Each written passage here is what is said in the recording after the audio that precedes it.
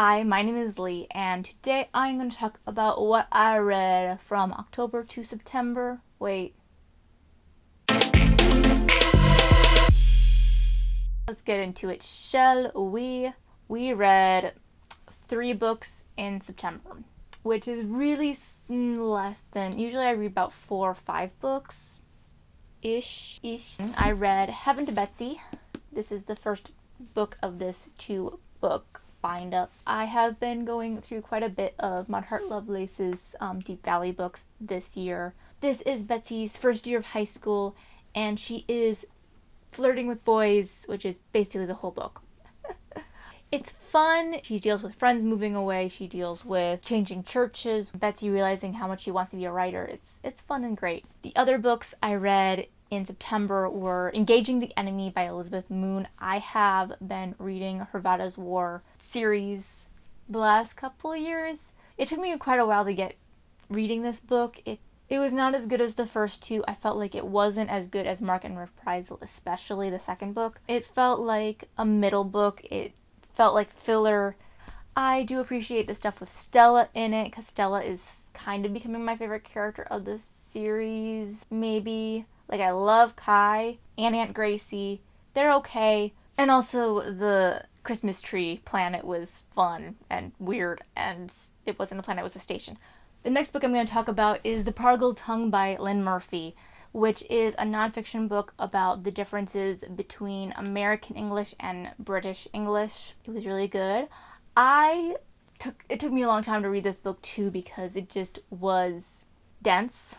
It's very technical about language in a way that I've never read before. I've read other books about British versus American, and it was interesting to have this person also being able to compare Irish English, Canadian English, Jamaican English, instead of just British versus American, which I thought was really helpful. Lynne Murphy is a genius, and a lot of it, there's so much in this book where it just was like, this woman is a genius, and I have no idea how I've never thought of these things this way before. It just was great, and now I'm having a hard time watching British television. So in September, I felt like I read all of the books I read. I only read 3, but they all were excellent. Like, Engaging the Enemy was a little less excellent because it was a filler book, but all the books I really liked and enjoyed. And then October hit. Let's just go through some of these quickly. I read The Stars Like Dust, which I'll have a TBR video up that you can already watch about that. It was a 1-star book. And then I read The Seven Towers by Patricia Wrede. I wanted to love this book so crazy much because I love the Enchanted Forest series so much, but it's just not there with The Seven Towers, and that's really disappointing for me.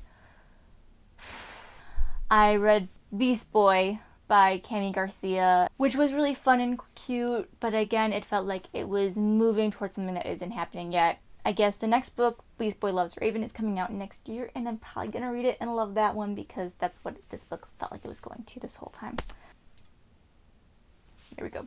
Lastly, I read The Daughters of Yes by M.T Andersen. I was hoping this book was going to be a fairy tale book, and it was a fairy tale book. It's based on a fairy tale, but it was really dark and creepy, and I don't know how to describe this book. It's about 2 sisters whose mother is a fairy, and then one of them goes off into the world, and the other one stays in this castle and learns magic, and bad stuff happens, and there's monsters, and yeah, it's just weird. I did really enjoy The Daughters of Yes. Yes. Those were the highlights of September and October for me. Both the highlights and the lowlights. Like this video if you did, or dislike it if you did dislike it. Yes, honesty is important. Hit the notification bell if you are so inclined, and come see my next video if you want to. Have a lovely afternoon. I hope you're reading good books. The Prodigal Tongue.